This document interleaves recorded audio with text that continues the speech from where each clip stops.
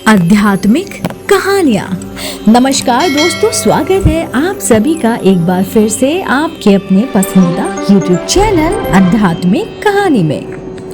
दोस्तों, अभी तक आपने सुना कि किस तरीके से रावण के भाई खरदूषण का वध होने पर रावण को सूचना मिलती है। रावण इसी प्रतिशोध में कि उसको राम जी से किस तरीके से बदला लेना है, वो मारीच के पास उनकी सहायता मांगने के लिए जाते हैं, पर मारीच के द्वारा उनको लौटाए जाने पर लंका रावण वापस आ जाते हैं। अगली कहानी, जिसका शीर्षक है रावण को शूर्पणखा का धिक्कार, सुनाने जा रही हूँ। दोस्तों, कहानी शुरू करने से पहले मैं आपसे जानना चाहती हूँ कि क्या आप मेरे चैनल पर नए हैं। अगर आप मेरे चैनल पर नए हैं तो मेरे चैनल को तुरंत सब्सक्राइब कर लीजिए, क्योंकि इसी तरह की धार्मिक और पौराणिक कहानी कथाएं मैं इस चैनल द्वारा आप तक सुनाती रहती हूँ। तो चलिए कहानी शुरू करते हैं। रावण के मारीच के पास से लंका लौट आने के कुछ काल पश्चात ही शूर्पणखा उनके पास आ पहुंची। उस समय रावण अपने मंत्रियों से घिरा हुआ था। स्वर्ण सिंहासन पर आरूढ़ रावण वैसे ही शोभा पा रहा था जैसे सोने की ईंटों से निर्मित यज्ञ वेदी में घी के द्वारा प्रज्वलित अग्नि। समर भूमि में साक्षात यमराज की भांति दिखाई पड़ने वाला रावण ने देवता, गंधर्व आदि सभी को जीत लिया था। या राजोचित लक्षणों से संपन्न रावण ने वेदोमणि यानी कि नीलम तथा तपाए हुए सोने से निर्मित आभूषणों से अलंकृत हो रहा था। उसके अंगों पर विष्णु के चक्र तथा देवताओं के विविध आयुधों के अनेक प्रकार और प्रहार हुए थे, किंतु इन प्रहारों के बाद भी उसका कोई भी अंग खंडित नहीं हुआ था। वे रावण पर्वत शिखरों को तोड़कर फेंक देने वाला, देवताओं को रौंद डालने वाला, धर्म को जड़ से काट देने वाला, दूसरों की भार्याओं के सतीत्व का नाश करने वाला, यज्ञों में विघ्न डालने वाला तथा दिव्य शस्त्रों का प्रयोग करने वाला था। उसने समुद्रों तथा पर्वत पर विजय प्राप्त कर लिया था, नागराज वासुकी को परास्त भी किया था, तक्षक की प्रिय पत्नी का हरण किया था, कुबेर पर विजय प्राप्त कर उसने पुष्प विमान भी छीना था। इंद्र आदि समस्त देवी देवताओं उनसे भयभीत रहते थे। वायु देवता उस पर पंखा डुलाते थे। वरुण उसके यहाँ पानी भरता था और वह मृत्यु को भी परास्त करने की सामर्थ्य रखता था। उसने 10,000 वर्षों तक घोर तपस्या करके तथा ब्रह्मा जी को अपने मस्तिष्कों की बलि देकर देवता, दानव, गंधर्व, पिशाच, पक्षी और सर्पों के संग्राम में अभय प्राप्त कर ली थी। मनुष्य के सिवा अन्य किसी से भी उसे मृत्यु का भय नहीं रह गया था। शूर्पणखा राम के द्वारा तिरस्कृत होकर अत्यंत दुखी हो गई। उसने रावण के पास आकर क्रोध में फुफकारते हुए कहा, धिक्कार है तुम्हारे पराक्रम पर और तुम्हारे इन मंत्रियों पर। तुम अपनी विलासिता में डूबे हुए हो। तुम सब तो सुरा और सुंदरियों में व्यस्त रहते हो। हे नीतिवान रावण, क्या अब मुझे तुमको ये भी बताना पड़ेगा कि समय पर उचित कार्य ना करने वाले और अपने देश की रक्षा के प्रति असावधान रहने वाले राजा के राज के नष्ट हो जाने में क्षण मात्र की ही देरी है। तुम्हें ज्ञात होना चाहिए कि वृक्ष से गिरते हुए पत्ते और राज से च्युत राजा का कोई मूल्य नहीं होता। प्रजा उसी राजा की पूजा करती है जो स्थूल आंखों में सोता है किंतु नीति की आंखों से जागता है, जिसका क्रोध, प्रलय और प्रसन्नता सुखदायी है। जिस राजा के गुप्तचर सक्रिय और सतर्क नहीं रहते, वे राज करके योग नहीं होता।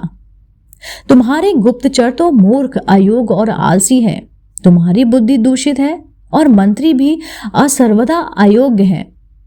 उन्हें अभी तक ये पता नहीं है कि उनके राज दंडकारायण में कितनी भयंकर घटना घट चुकी है। मेरे वीर भ्राताओं, खरदूषण का 14 सहस्त्र राक्षसों सहित संहार हो चुका है। जो ऋषि मुनि कल तुम्हारे नाम से थर थर कांपते थे वे आज सिर उठाकर निर्भय होकर घूम रहे हैं। तुम तो राम द्वारा किए गए भीषण हत्याकांड से भी अभी तक अपरिचित हो। सूर्पणखा के कटु वचनों से कुपित होकर रावण बोला, सूर्पणखे, मुझे बताओ कि राम कौन है, उसका बल और पराक्रम कितना है।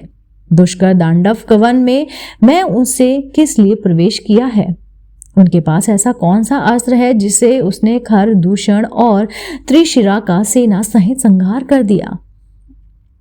उसने तुम जैसी सुंदर अंगों वाली और क्यों कुरूप बना दिया। रावण के प्रश्नों का उत्तर देते हुए सूर्पणखा ने कहा, हे भाई, महाबली राम अयोध्या नरेश दशरथ के पुत्र हैं। वे अत्यंत निपुण धनुर्धारी हैं। वे अकेले और पैदल थे तो भी उन्होंने मात्र 1.5 मुहूर्त यानी कि 3 घड़ी में समस्त राक्षसों का संहार कर डाला है। मैंने राम के बाणों की वर्षा से राक्षसों को मरते हुए देखा है, किंतु यह नहीं देख पाई कि कब राम ने धनुष खींचा और कब बाण छोड़ा। स्त्री होने के कारण राम ने मेरा वध नहीं किया, लेकिन मुझे अपमानित करके छोड़ दिया है। राम के समान ही पराक्रमी उसका भाई लक्ष्मण और अत्यंत सुंदर उसकी पत्नी, उसकी भार्या सीता भी उसके साथ है। इस भूतल पर मैंने आज तक सीता के समान रूपवती अन्य कोई स्त्री नहीं देखी है। जब मैं सीता को तुम्हारी भार्या बनाने के लिए लाने के लिए उसके पास गई तो लक्ष्मण ने मुझे कुरूप बना दिया। सीता तुम्हारी ही भार्या बनने योग्य है। अंत तुम उसे शीघ्र हर लाओ। सूर्पणखा का कथन सुनने तथा अपने मंत्रियों से विचार विमर्श करने के पश्चात रावण ने सीता को हर लाने का निश्चय कर लिया। तत्काल उसने अपना रथ तैयार करवाया और उस पर सवार होकर मिंद्र मारीच के पास पहुंच गया। मारीच ने रावण का समुचित तस्कार करके पूछा, राजन, लंका में सब कुशल तो है ना? आप अपनी इतनी जल्दी पुनः वापस लौट कर आए हैं। रावण बोला, हे मारीच, क्रूर और मूर्ख राम ने अपने बल का आश्रय लेकर मेरे भाई खर और दूषण सेना सहित त्रिशरा का वध कर दिया है। उसने मेरी बहन सूर्पणखा को भी कुरूप बना दिया है। तुम मेरे मित्र हो। मित्र की संकट में समय मित्र ही सहायता करता है। मैं जानता हूं कि तुम मेरे मित्रों और शुभचिंतकों में से तुमसे बढ़कर बलवान, नीतिवान और मुझसे सच्चा स्नेह करने वाला और कोई नहीं है। अंत है मारीच, मैं चाहता हूं कि तुम रजत बिंदुओं वाला स्वर्ण मर्ग बनाकर राम के आश्रम के सामने जाओ। तुम्हें देखकर सीता अवश्य राम लक्ष्मण को तुम्हें पकड़ने के लिए भेजेगी।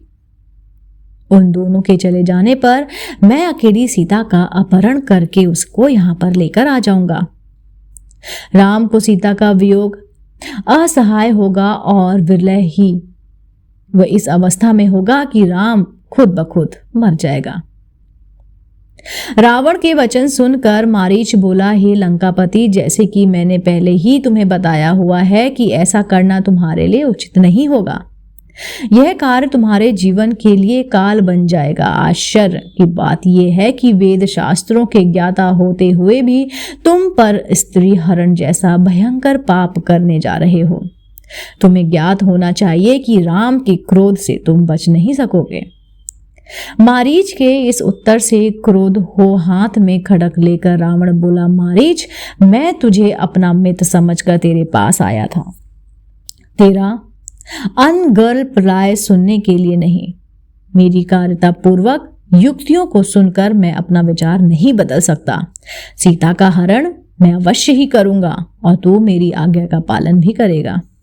यदि तू मेरी आज्ञा मानकर मेरे इस कार्य में सहायता नहीं करेगा तो राम लक्ष्मण से पहले मैं तेरा वध कर दूंगा।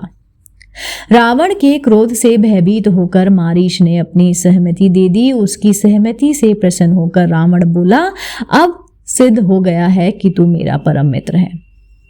रावण उसे लेकर दंडक वन में पहुंचकर राम के आश्रम में गया। जब आश्रम उसको मिल गया तो मारीच ने रावण के निर्देशानुसार मृग का रूप धारण कर लिया और आश्रम के निकट विचरण करने लगा। इस अद्भुत स्वर्णमणि मृग की शोभा देखकर सीता आश्चर्यचकित रह गई और विस्मित होकर उसके पास पहुंची। मायावी मारीच ने अपनी मृग सुलभ क्रीड़ाओं से सीता का मन मुग्ध कर लिया। दोस्तों, उम्मीद करती हूँ आपको मेरे द्वारा सुनाई गई कहानी रावण को शूर्पणखा का धिक्कार जरूर पसंद आई होगी। अगर आप ऐसी ही धार्मिक पौराणिक कहानी कथाएं सुनना पसंद करते हैं तो आप मेरे चैनल आध्यात्मिक कहानियों को तुरंत लाइक कीजिए, शेयर कीजिए और सब्सक्राइब करना बिल्कुल ना भूलिए। मैं आपको मिलती हूँ जल्द ही इसके अगली कहानी के साथ, जिसका शीर्षक होगा स्वर्ण मृग की कथा आपके समक्ष सुनाऊंगी। दोस्तों, आप देख रहे थे आपका अपना पसंदीदा YouTube चैनल आध्यात्मिक कहानियां।